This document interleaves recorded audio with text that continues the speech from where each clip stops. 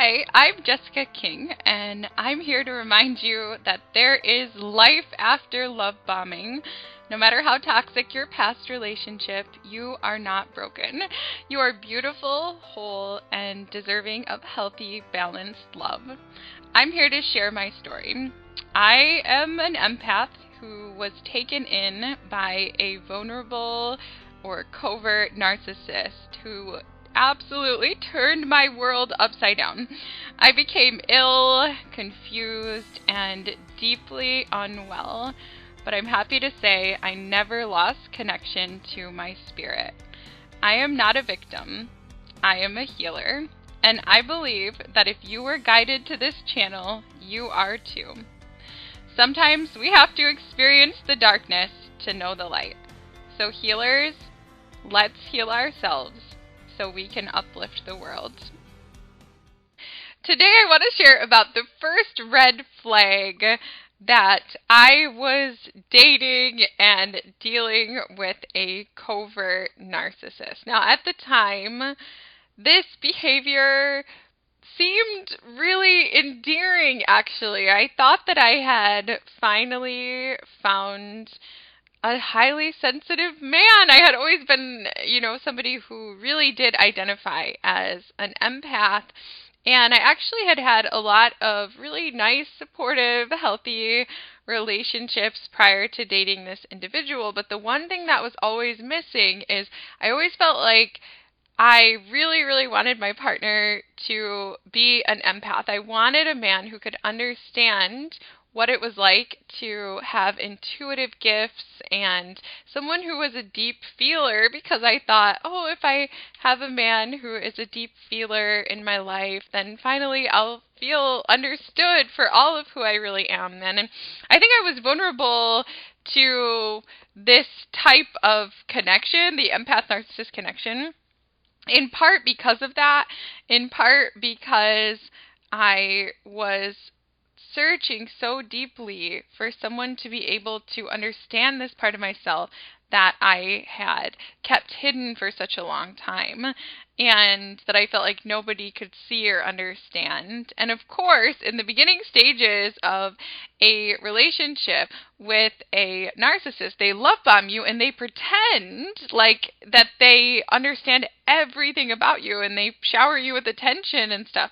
So anyway, but before any of that ever took place, there was a red flag. I see it as a red flag, looking back on it.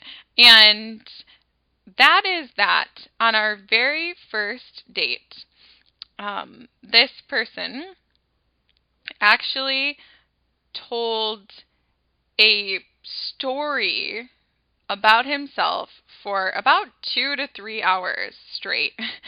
And he was crying, he's telling his life story, and it was a story in which he was the victim the entire time. It began with, from the moment that he was conceived, his dad was abusing his mom, and then, he was born in a women's shelter, and this really tugged at my heartstrings. It tugged at my heartstrings so much, and, I had been someone who had experienced different traumas in my childhood, a lot of changes, a lot of difficult things, which I never would really speak to anyone about. But hearing him speak about his struggles, I thought, oh my gosh, we're going to get along so well, because here's my male counterpart, here's a man who actually has been through a lot in life and who can understand trauma because maybe he's experienced it. Now, what I learned, several years into our relationship, is that the story wasn't exactly true, and that relative to what I'd been through, he hadn't really experienced very much hardship or bad luck or traumatic experiences, but he certainly pretended to as a way to get attention from others. And now that I look back at it and I think about normal human behavior, it really doesn't make sense that you would meet a man and on his first date he would make himself out to be the victim of all of life. Most people probably wouldn't do that or find that attractive. But I think, I think this person read me like a book. I think that he read me like a book. He saw that I was an empath, and I think right from the beginning, I think he wasted no time. He was testing me to see if I'd be a good source of supply, to see if I would give him that attention that he needs, because as a covert narcissist, they need constant validation and attention from the outside. They feel horrible about themselves, and they feel intense insecurity, and they're constantly needing other people to tell them that they matter and show them that they matter. And unlike the grandiose narcissist who might come out and just say, "I'm awesome, don't you agree?" The covert narcissist isn't confident enough in themselves to be able to do that, and they use more subtle forms of manipulation instead. And so they're looking for you to show them through your actions that they matter. And so if you give them that hug, and I did, while he was crying and stuff, and I thought, oh, this is so wonderful, like we're getting so close so quickly, and now I realize that's a red flag in and of itself, that a relationship probably isn't so healthy. But I just poured the attention on him, right away. I was like, oh, this poor man. And it was also a red flag, not only playing the victim. And I would say when it comes to covert narcissism, that's probably the biggest red flag. Like, if you're getting to know somebody and it seems like that person is a victim of every friendship they've had, every family relationship, every job they've had, that's probably the biggest sign that you are dealing with a covert narcissist. But another sign that was there right away that I did not pick up on is that he did not naturally ask me questions about myself. Like, he didn't tell this whole life story and then say, oh, thank you so much for listening to me pour my heart out, to you. Now I invite you to do the same. No. Now, because I'm a person who is always looking to make things like fair and balanced in that way, I just shared anyway, but I certainly didn't get as much airtime, but I just shared anyway afterwards, and here's a bit about my life and pictures from my life and things like that. But I see now the red flags were there. The fact that he was not very natural in conversation. He didn't really pause in telling this story to ask me what I thought or anything like that. He was just hungry for attention right away, testing me to see if I would give him that attention. And yeah, throughout most of our 6-year relationship, he routinely engaged in this sort of conversation pattern where it was one of a lot of complaining and trying to get help for himself or just whatever attention he could. And he never, ever would ever ask me anything about myself or how I was doing. He would only ask maybe if we were around other people so that he could look like a good partner, but then he wouldn't really listen. Like, he would just be on his phone or just tune out or whatever. And there were a couple times that I wanted to see how long it would take him to ask me a question in conversation. So because I started to notice, okay, something's not right. Even before I knew about covert narcissists, I started to notice that something was not right. So I would, like, let's say we were on a car trip, I would ask him a question, oh, tell me about, the favorite place you've ever been in your life. I try to always ask him positive questions, but then it would always turn negative anyway. And I just let him talk, and he would talk and talk and talk and talk. And then when he was done, he would just go silent because he was waiting for accolades, whatever, I don't know, but and so a couple different times I would just stay silent and see, how long is it going to take before now that he's spoken, that he asks me something, right? Because that's how conversation is supposed to work. And he never would. He never did. Like, I could sit for 10 minutes in silence, 20 minutes in silence, an hour in silence, 2 hours in silence. He would never ask. He wanted me to read his mind and just do all the work, like in every conversation. And you know what? I actually learned to do that. And I'm sure now that I know the nature of what the relationship really was, I'm sure he loved that. I could read his mind, and I actually really developed a capacity to read his mind accurately a good amount of the time. Of course, you can never do that all the time, but it's like I would know what question was in his mind, and I would state it out loud, like, "Oh, are you wanting me to ask you this?" Like, or "Are you wanting to know about this?" And I would always tell him, "Hey, why don't you just state your thoughts out loud?" Like, I'm getting kind of tired of having to read your mind, because he'd get really mad at me if I read his mind inaccurately. But of course, that's going to happen sometimes. Anyway, the conversational abnormalities were the first red flag. So I think to sort of summarize, if you're getting to know somebody and they only talk about themselves. Now, I know that that can happen at first, like when people are nervous on a first date or something like that. But if you literally spend hours with somebody and they don't ever ask a single question about yourself, about you or your life, I think that that's probably a red flag. I mean, give them two chances, maybe, or something like that. But if they don't ask anything about you, that's a red flag. If they don't ask anything about you, and number two, when they talk about their own life, they never mention anything that they've ever done wrong. Like, it's all like a sob story about, "Oh, I did this good thing and that thing, but all these bad things have happened to me. Woe is me." Like, even if that energy is there in the conversation, that is a red flag. Like, that is a definite red flag.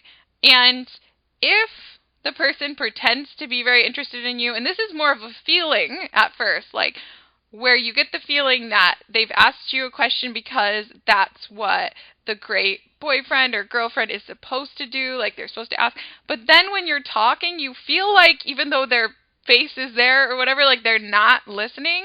There's like a blank stare in their face, or you get the sense that they don't really care, or you get the sense that like they're listening to gain information about you so they can use it against you later or get inside your head.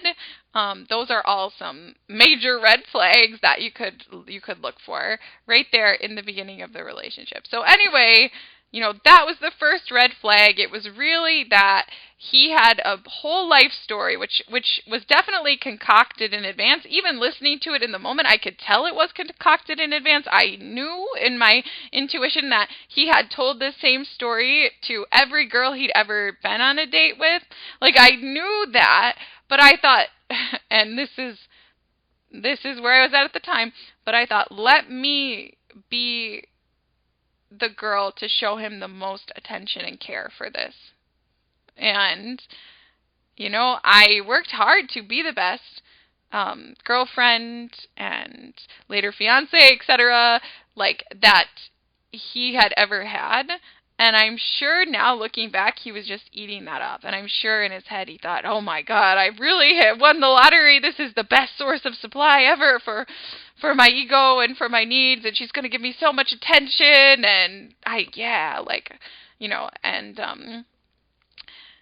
did that for a very, very long time until I woke up and realized that the dynamic wasn't healthy. And, that'll always mark a turning point in my life. And if you're just waking up to that now and realizing that your dynamic isn't healthy, first of all, forgive yourself. It's okay. Like, that you may have been tricked into this sort of dynamic. It's okay.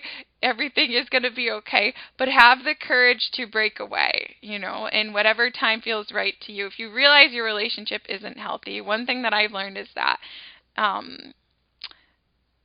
it's probably not a good idea to try to work it out with the covert narcissist, because everything I've listened to, read, etc., and my own experience says they don't really change. In my own relationship, if I really became upset, he would change temporarily. He would, and it's amazing how good he was at actually playing the perfect partner when he wanted to, and just like knowing exactly what to do, say, behave. So I would just like melt inside and fall in love with him all over again.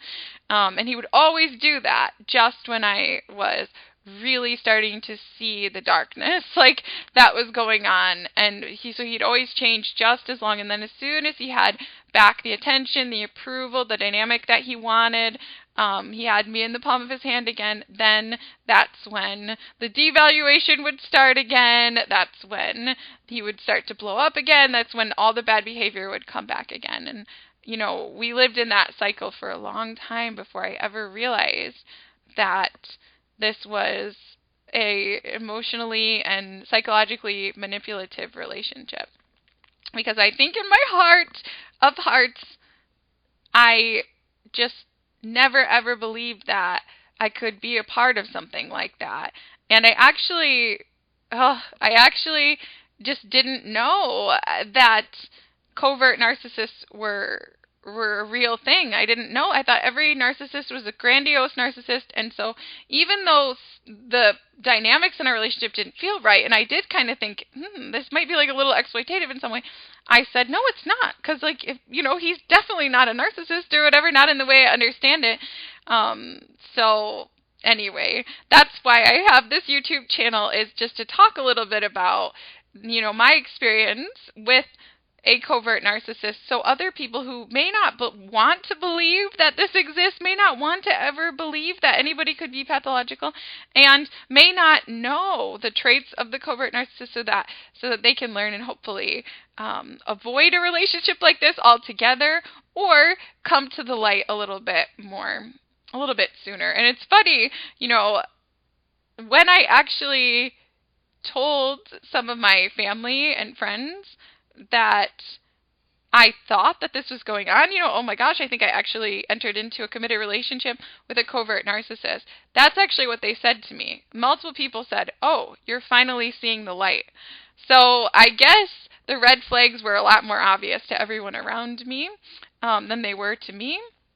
But I think people didn't want to break my heart because they saw that I really believed that this person was my soulmate, and they were not wanting to be the one to say, I don't think that he is. So anyway, you guys, those were some of the red flags that were there right from the beginning. And if you see those red flags, be honest with yourself, okay? It's okay, to have mixed feelings about somebody and think, oh, but this person seems so great, but I feel, that these bad things are also going on at the same time. Trust your gut, and if something doesn't feel right about the way a person's interacting with you from the beginning, their story doesn't feel right, they're playing the victim, just say, you know what, no thank you. I believe it's something better than this. That's what I'm going to do going forward, and I hope you will too. Thank you for listening today, and if you liked this, subscribe and come back for more regular content coming soon.